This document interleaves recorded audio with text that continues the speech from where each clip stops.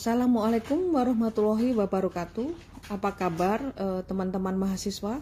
Bertemu kembali dengan saya Widya Stuti pada mata kuliah Ekonomi Makro 1 bab 11 permintaan agregat 2. Pada bab 10 kita telah mengembangkan model ISLM.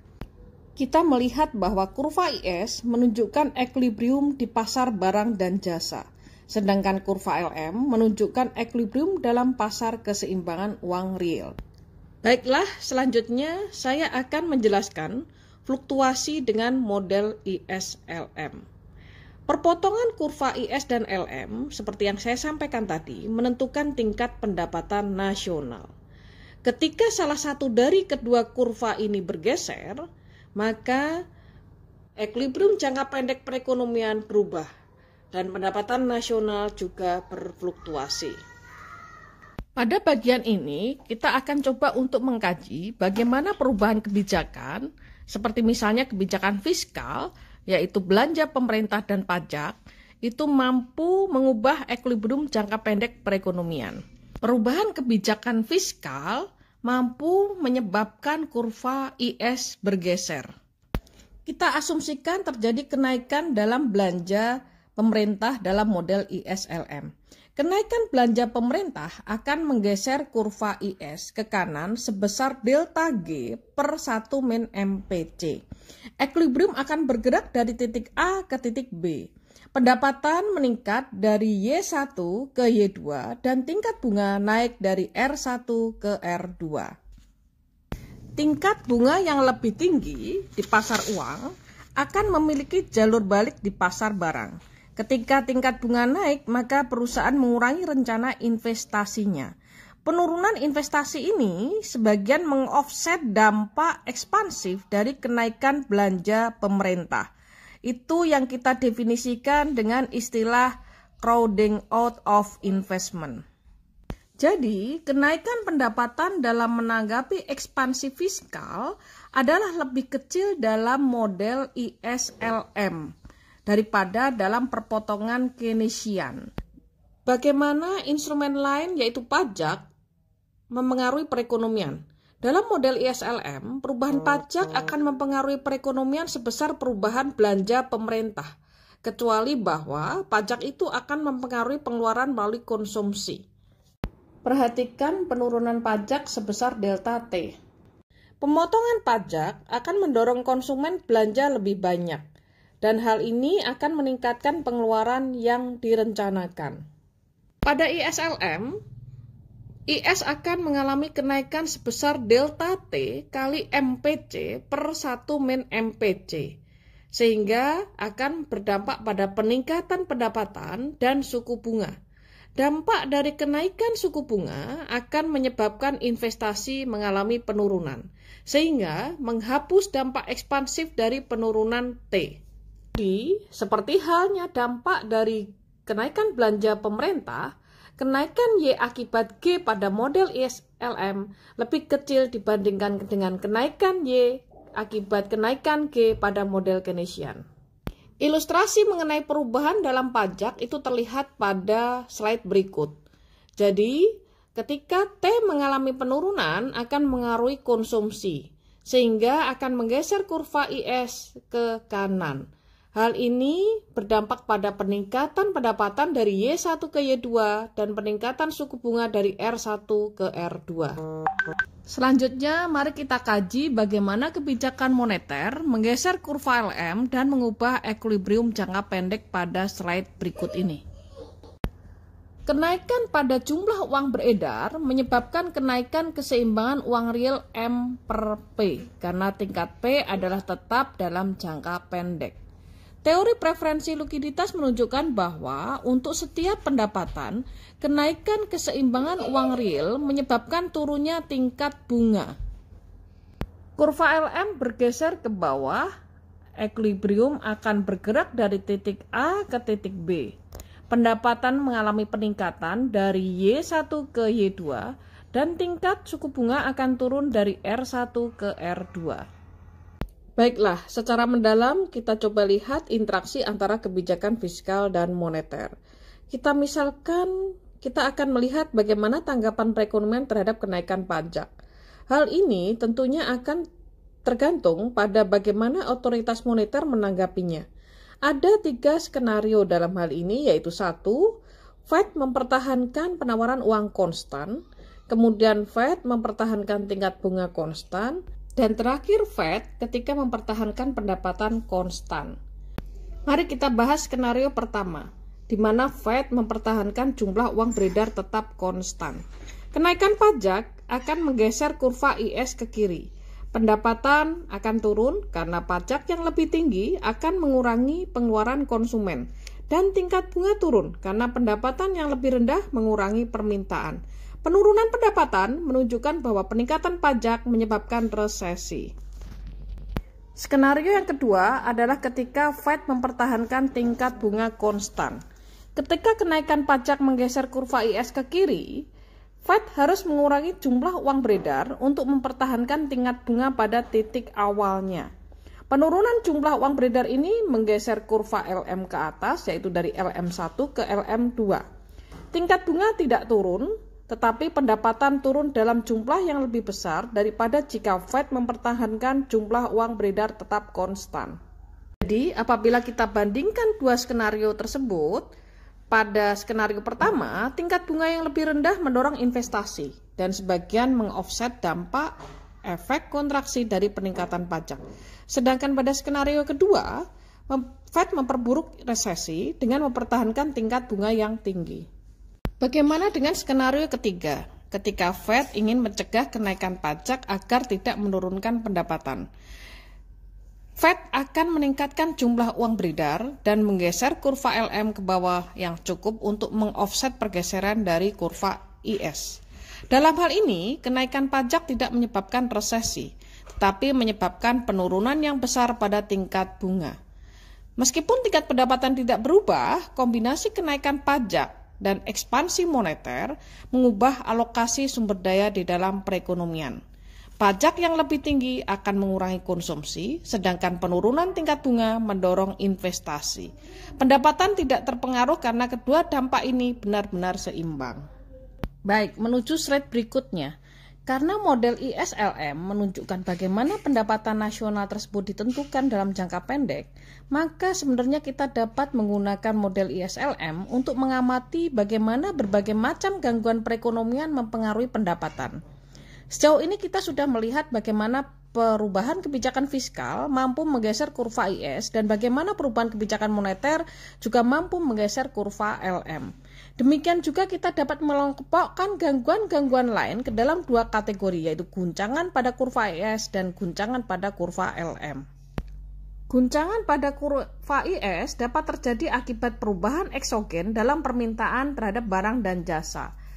Di samping itu juga karena adanya perubahan permintaan terhadap barang-barang konsumen. Sedangkan guncangan pada kurva LM terjadi akibat perubahan eksogen dalam permintaan terhadap uang. Saya akan ilustrasikan guncangan pada kurva LM yang muncul sebagai perubahan eksogen dalam permintaan terhadap uang. Misalkan bahwa terdapat kebijakan untuk melakukan pembatasan baru atas ketersediaan kartu kredit, sehingga meningkatkan jumlah uang yang dipegang oleh masyarakat. Menurut teori preferensi likuiditas, ketika permintaan uang naik, maka tingkat bunga yang diperlukan untuk menyeimbangkan pasar uang menjadi lebih tinggi untuk setiap tingkat pendapatan dan jumlah uang beredar. Jadi, kenaikan dalam permintaan uang akan berdampak pada pergeseran kurva LM ke atas yang cenderung meningkatkan tingkat bunga dan mengurangi pendapatan.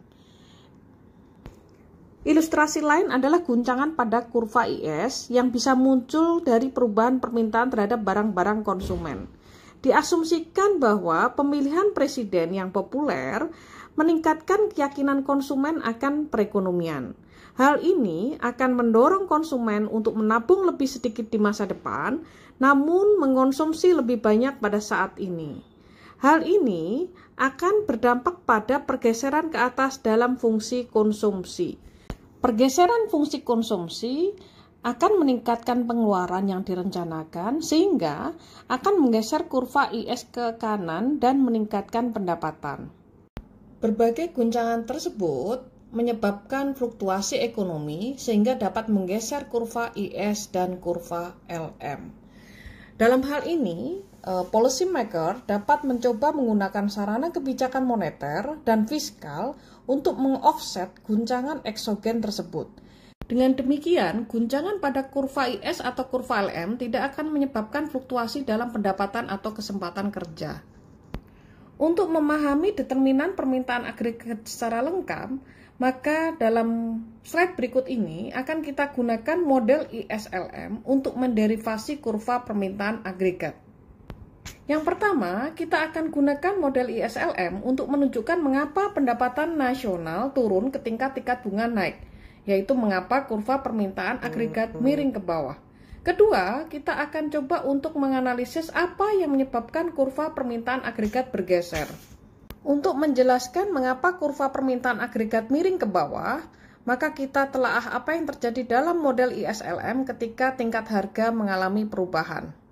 Berdasarkan kurva ISLM pada sebelah kiri Anda, terlihat bahwa untuk setiap jumlah uang beredar M, tingkat harga yang lebih tinggi akan mengurangi penawaran keseimbangan uang real M per P. Penawaran keseimbangan uang real yang lebih rendah akan menggeser kurva LM ke kiri atas, yang menyebabkan tingkat suku bunga mengalami kenaikan dan mengurangi tingkat pendapatan equilibrium seperti yang ditunjukkan pada kurva sebelah kiri Anda. Di sini, tingkat harga akan naik dari P1 ke P2 dan pendapatan turun dari Y1 ke Y2. Pada sebelah kanan Anda terlihat bahwa kurva permintaan agregat menunjukkan hubungan negatif antara pendapatan nasional dan tingkat harga. Dengan kata lain, kurva permintaan agregat menunjukkan sekumpulan titik equilibrium yang muncul dalam model ISLM ketika kita mengubah tingkat harga dan melihat apa yang terjadi dengan pendapatan nasional. Selanjutnya, apa yang menyebabkan kurva permintaan mengalami pergeseran? Slide berikut akan menjelaskan apakah yang menyebabkan kurva permintaan agregat mengalami penurunan. Karena kurva agregat demand hanya meringkas hasil dari model ISLM, maka peristiwa yang menggeser kurva IS atau peristiwa yang menggeser kurva LM pada tingkat harga tertentu menyebabkan kurva agregat demand bergeser.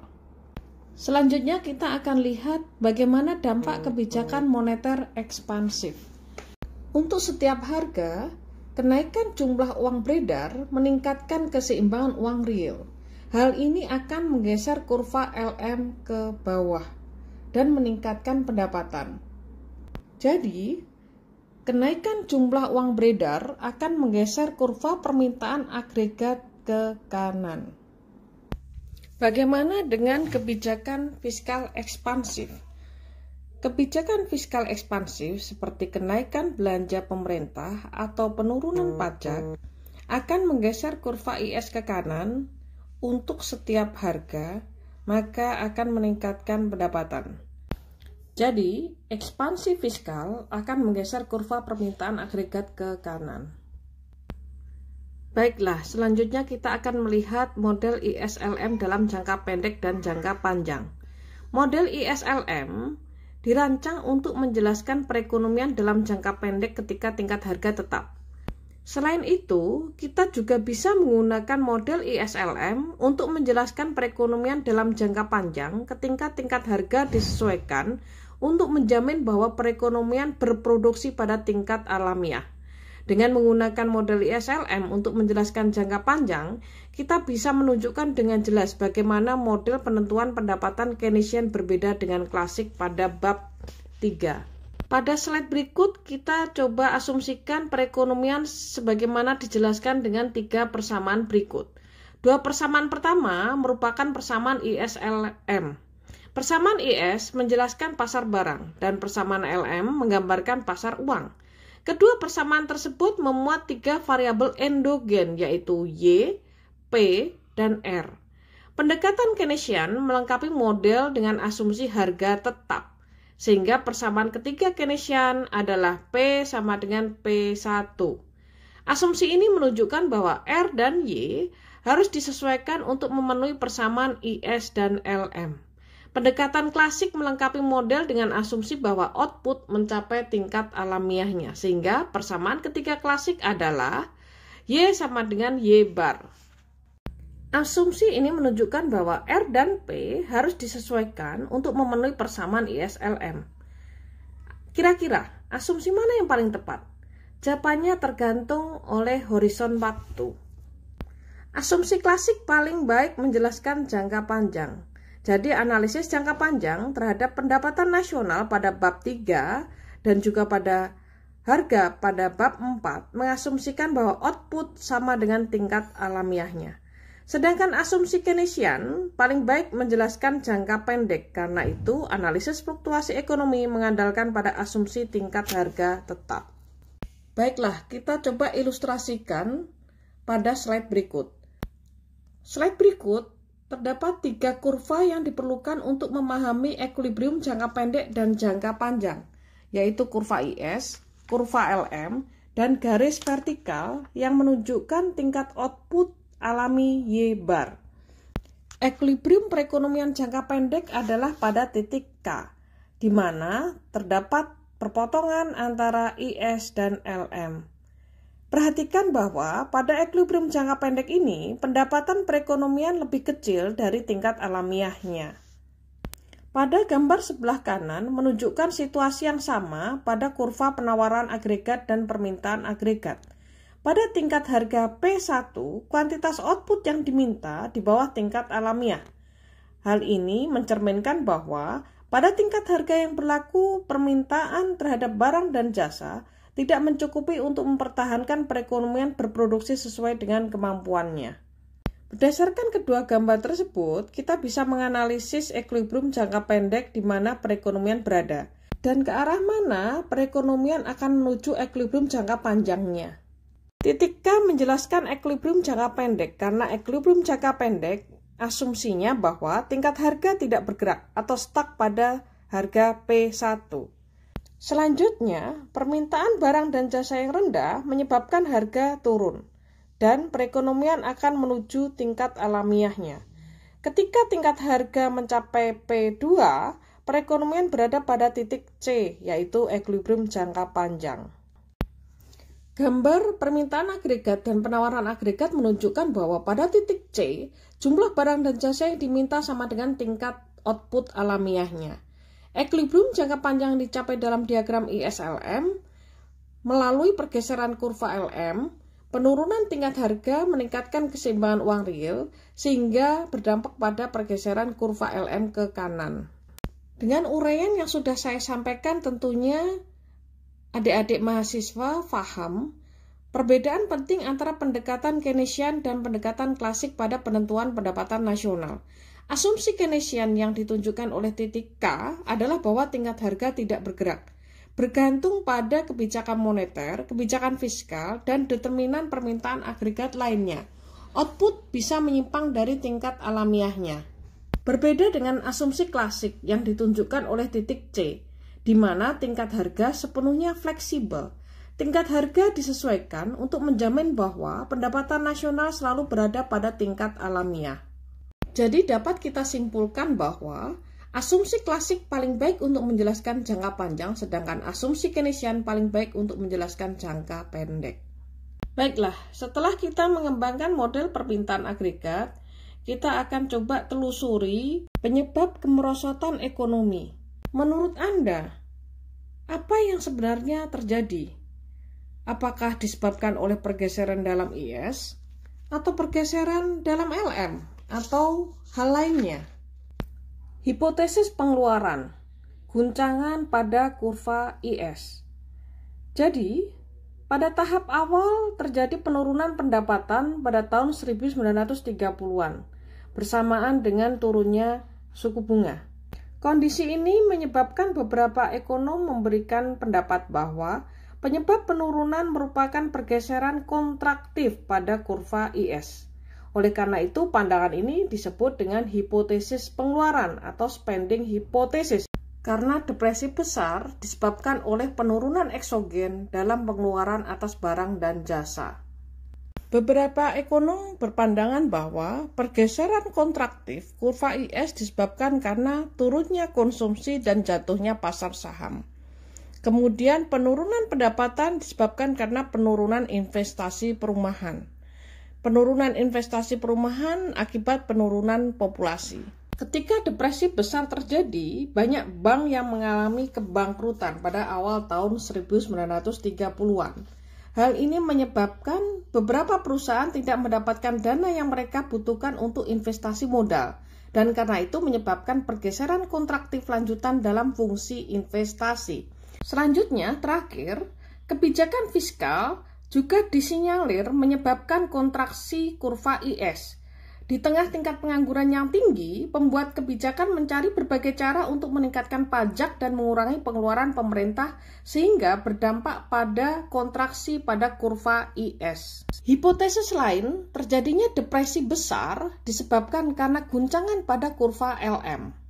Sejarah mencatat bahwa jumlah uang beredar pada waktu itu turun 25%. Yaitu dari tahun 1929 sampai dengan 1933, selama tingkat pengangguran naik dari 3,2% menjadi 25,2%. Kenyataan inilah yang memberikan dukungan terhadap hipotesis uang atau money hypothesis, yang menjatuhkan kesalahan utama terjadinya depresi besar, yaitu karena Fed membiarkan jumlah uang beredar turun dalam jumlah yang sangat besar. Namun demikian, money hypothesis ini cenderung dipatahkan. Karena ketika Fed membiarkan money supply-nya turun dalam jumlah yang sangat besar, LM mengalami kontraksi. Tetapi ketika keseimbangan uang real benar-benar turun, kontraksi moneter ternyata tidak dengan mudah menjelaskan kemerosotan ekonomi. Dan seharusnya akibat LM yang mengalami kontraksi, R harusnya mengalami kenaikan. Namun kenyataannya R mengalami penurunan. Kedua alasan tersebut menjadi dasar penolakan pandangan bahwa depresi besar disebabkan oleh pergeseran kontraktif dari kurva LM. Terakhir, hipotesis uang, dampak dari penurunan harga. Sejarah membuktikan bahwa pada tahun 1929 sampai dengan tahun 1933, tingkat harga turun sebesar 25%. Banyak ekonom berpandangan bahwa deflasi menjadi penyebab terjadinya depresi besar. Para ekonom berpendapat bahwa deflasi yang terjadi pada tahun 1931 adalah kemerosotan ekonomi yang akan mengarah pada periode tingginya pengangguran dan merosotnya tingkat pendapatan. Apabila hal ini benar, maka pendapat ini memberikan dukungan pada hipotesis uang, karena penurunan jumlah uang beredar menjadi penyebab merosotnya tingkat harga. Penurunan jumlah uang beredar juga akan menjadi penyebab parahnya depresi besar. Untuk mengevaluasi argumentasi ini, maka kita akan membahas bagaimana perubahan tingkat harga P mempengaruhi pendapatan dalam model ISLM. Yang pertama adalah dampak deflasi yang menstabilisasi. Penurunan P menyebabkan kenaikan Y. Jika P mengalami penurunan pada M yang tetap, maka keseimbangan uang real M per P akan mengalami kenaikan atau bergeser ke kanan, mengarah pada tingkat pendapatan yang lebih tinggi, Y mengalami kenaikan. Jika P turun pada M tetap, maka keseimbangan uang real atau M per P akan mengalami kenaikan. Maka seolah-olah konsumen akan lebih kaya. C mengalami kenaikan, kurva IS akan ekspansif, bergeser ke kanan, dan Y mengalami kenaikan. Efek penurunan harga yang akan meningkatkan pendapatan disebut dengan Pigot effect. Kedua alasan tersebut di atas membuat sebagian ekonom percaya bahwa penurunan harga akan membantu menstabilkan perekonomian. Terjadi kenaikan Y menuju Y full employment. Yang kedua adalah dampak deflasi yang mendestabilisasi. yaitu penurunan P menyebabkan penurunan Y. Para ekonom menyajikan dua argumentasi untuk menjelaskan bagaimana penurunan harga dapat mengurangi pendapatan, bukan meningkatkan. Teori yang pertama yang disebut dengan teori deflasi hutang atau debt deflation theory, di mana ketika P mengalami penurunan pada M yang tetap, maka akan meningkatkan nilai real dari hutang, sehingga akan memperkaya kreditor dan merugikan debitur. Saya akan coba ilustrasikan. Jadi seperti pada pengamatan bab 4, perubahan yang tidak diantisipasi dalam tingkat harga meredistribusi kekayaan di antara debitur dan kreditur. Misalkan jika seorang debitur meminjam uang sebesar $1.000, maka jumlah real utang ini adalah $1.000 per P, di mana P adalah tingkat harga. Penurunan tingkat harga akan meningkatkan jumlah real utang ini, yaitu jumlah daya beli yang harus debitur bayar kembali kepada kreditur. Karena itu, deflasi yang tidak diharapkan memperkaya kreditur dan merugikan debitur. Teori deflasi utang kemudian menyatakan bahwa redistribusi kekayaan itu mempengaruhi pengeluaran atas barang dan jasa. Dalam menanggapi redistribusi dari debitur ke kreditur, debitur mengeluarkan uang lebih sedikit dan kreditur lebih banyak. Dampak netonya adalah pengurangan dalam pengeluaran dan pergeseran kontraktif dalam kurva IS dan terjadi penurunan pendapatan nasional. Argumentasi kedua yang ditawarkan oleh para ekonom untuk memahami bagaimana perubahan yang diharapkan dalam harga dapat mempengaruhi pendapatan, maka kita menggunakan variabel baru dalam model ISLM. Perhatikan slide berikut ini. Sejauh ini, ketika kita membahas mengenai model ISLM, kita tidak membedakan antara tingkat bunga nominal dan tingkat bunga real. Pada bab-bab sebelumnya, kita tahu bahwa investasi tergantung pada tingkat bunga real, sedangkan permintaan uang tergantung pada tingkat bunga nominal. Apabila I adalah tingkat bunga nominal dan PE adalah inflasi yang diharapkan, maka tingkat bunga real ex ante adalah I min P pangkat E. Maka kita bisa menulis model IS adalah seperti yang terlihat pada slide berikut ini. Jadi, pada model tersebut terlihat bahwa inflasi yang diharapkan masuk sebagai variabel dalam kurva IS. Jadi perubahan dalam inflasi yang diharapkan akan menggeser kurva IS. Kita mulai dengan mengasumsikan bahwa setiap orang mengharapkan tingkat harga tetap sama. Dengan demikian maka inflasi yang diharapkan atau P pangkat E di sini adalah sama dengan 0. Oleh karena itu, persamaan menghasilkan model ISLM yang kita kenal tersebut. Pada slide terlihat bahwa situasi awal adalah kurva ALM dan kurva IS yang diberi label IS1. Perpotongan kedua kurva menentukan tingkat bunga nominal dan real yang untuk saat ini adalah sama. Apabila kita asumsikan bahwa orang-orang secara tiba-tiba memiliki harapan bahwa tingkat harga akan turun di masa depan, sehingga P ekspektasi di sini menjadi negatif. Maka tingkat bunga real sekarang menjadi lebih tinggi pada setiap tingkat bunga nominal. Kenaikan tingkat bunga real ini akan mengurangi pengeluaran investasi yang direncanakan, sehingga berdampak pada pergeseran kurva IS dari IS1 ke IS2. Jadi, deflasi yang diharapkan akan menyebabkan penurunan dalam pendapatan nasional, yaitu dari Y1 ke Y2. Tingkat bunga nominal akan turun dari I1 ke I2. Sedangkan tingkat bunga real naik dari R1 ke R2. Apakah Anda paham cerita di balik gambar tersebut?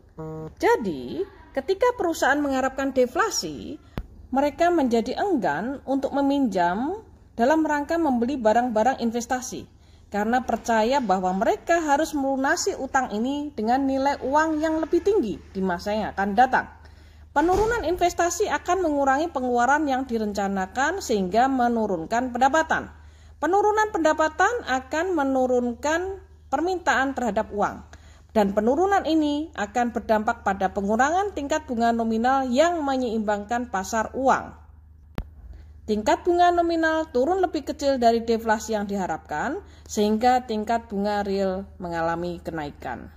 Kedua uraian saya tadi merupakan ilustrasi bagaimana penurunan harga mengurangi pendapatan nasional sehingga menyebabkan pergeseran kontraktif dalam kurva IS. Deflasi yang diamati pada tahun 1929 sampai dengan 1933 adalah tidak sama kecuali adanya kontraksi besar yang dilakukan oleh Federal Reserve terhadap jumlah uang beredar. Maka kedua penjelasan atau uraian saya tadi memberikan dukungan atas terjadinya depresi. Dengan kata lain, jika penurunan harga mendestabilisasi, maka kontraksi dalam jumlah uang beredar akan menyebabkan penurunan pendapatan, meskipun tanpa penurunan keseimbangan uang real atau kenaikan tingkat bunga nominal. Menjadi pertanyaan besar bagi kita semua, dengan adanya pandemi corona akan menyebabkan depresi terulang kembali? Silahkan mencoba mencari jawabannya dengan berbekal pada materi kuliah ekonomi makro yang telah disampaikan, serta lengkapi berdasarkan diskusi-diskusi para ekonom yang telah ada. Baiklah, materi untuk bab 10 pada sesi kali ini telah selesai. Saya akhiri sampai di sini. Wassalamualaikum warahmatullahi wabarakatuh. Tetap semangat dan jaga kesehatan.